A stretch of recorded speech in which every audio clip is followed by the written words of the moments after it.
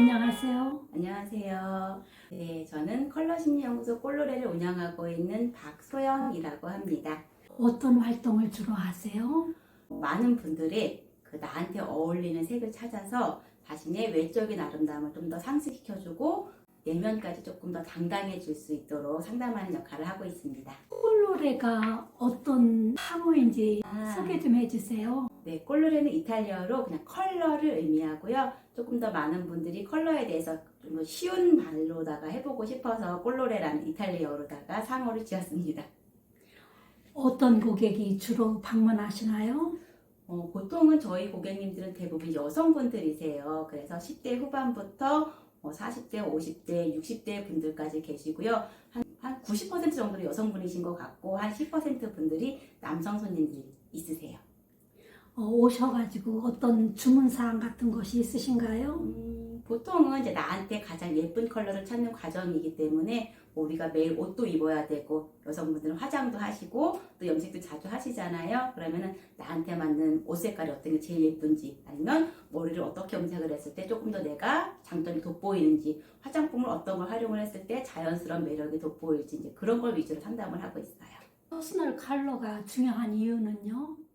퍼스널 컬러는 나한테 가장 잘 어울리고 매력적인 모습을 만들어주는 컬러이기 때문에 내가 옷을 살 때든 화장품을 살 때든 좀 더 정해질 수 있어서 그 부분에서 뭐 실패 없이 쇼핑에 실패 없이 활용하는 데 도움을 받을 수도 있고요.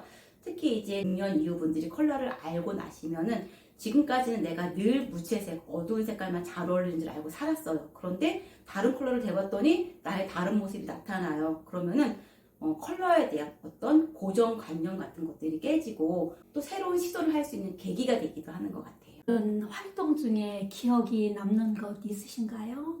보통 이 퍼스널 컬러 하게 되면은 거울 앞에 앉아서 나를 바라보는 시간이 한 30분 이상, 40분 이상 계속 나를 바라보게 돼요. 그런데 어떤 중년분께서 그 퍼스널 컬러를 찾으시다가 한참 우시는 거예요. 그냥 거울 속에 나를 이렇게 오랫동안 바라본 게 얼마만인지 모르겠다고. 근데 저도 사실은 그 마음 많이 이해하고 공감이 되어가지고 그날은 서로 같이 퍼스널 컬러도 퍼스널 컬러지만 다른 이야기를 하면서 좀 시간을 보냈던 적이 있었어요. 근데 그분께서 많이 힘들고 우울했었는데 퍼스널 컬러를 아는 것도 아는 거지만 너무 많이 마음의 위안이 되셨다고 하시고 가셨던 적이 있었거든요. 이미지 메이킹에 관심을 갖게 된 계기는 어떻게 되나요?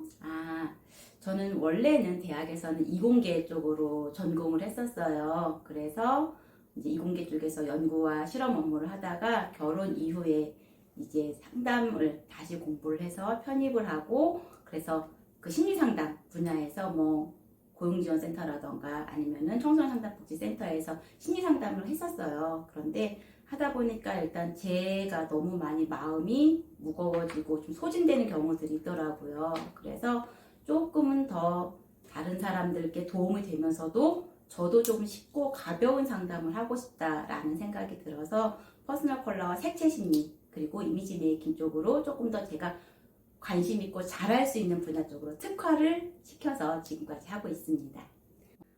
이미지 메이킹을 잘하려면 무엇을 해야 할까요? 일단 가장 중요한 건 나를 알아야 돼요.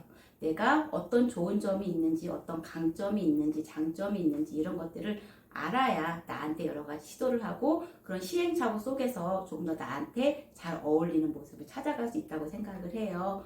이미지 메이킹도 가장 기본적인 것은 나를 알고 나한테 가장 맞는, 알맞는 그 길을 찾는 게 중요한 것 같아요. 그러려면 거울도 좀 자주 보셔야 되고 그리고 뭐 이미지 메이킹이라는 게 그냥 내 키가 어떠해, 내 외모가 어때 이것뿐만이 아니라 내 자신을 다 보여주는 모습이기 때문에 예를 들면 뭐 목소리 같은 걸 녹음을 해서 들어본다던가 나의 모습을 화면으로 찍어본다던가 내 걸음걸이가 어떤지 점검을 해본다던가 이런 식으로 해서 나의 외적인 부분과 내면적인 모습을 함께 점검하는 게 가장 중요한 것 같습니다. 열심히 이렇게 살아온 본인에게 격려 말씀. 때로는 열심히 사는 게 좀 피곤할 때도 있었고 내가 굳이 이렇게까지 해야 될까 싶은 생각이 들었던 적도 있었는데 엊그제 제가 이렇게 창밖을 보면서 정말 한 번밖에 없는 인생인데 이왕이면 내가 좋아하고 잘할 수 있는 것에 대해서 즐겁고 재밌는 걸 하는 게 얼마나 감사한 일인가라는 생각이 새삼 들더라고요. 그래서 그냥 기특하다라는 이야기를 좀 더 해주고 싶고 지금까지 해왔던 것처럼 조금 더 긍정적인 마음으로 해가자라고 이야기를 해주고 싶습니다. 앞으로의 소망 좀 말씀해 주세요.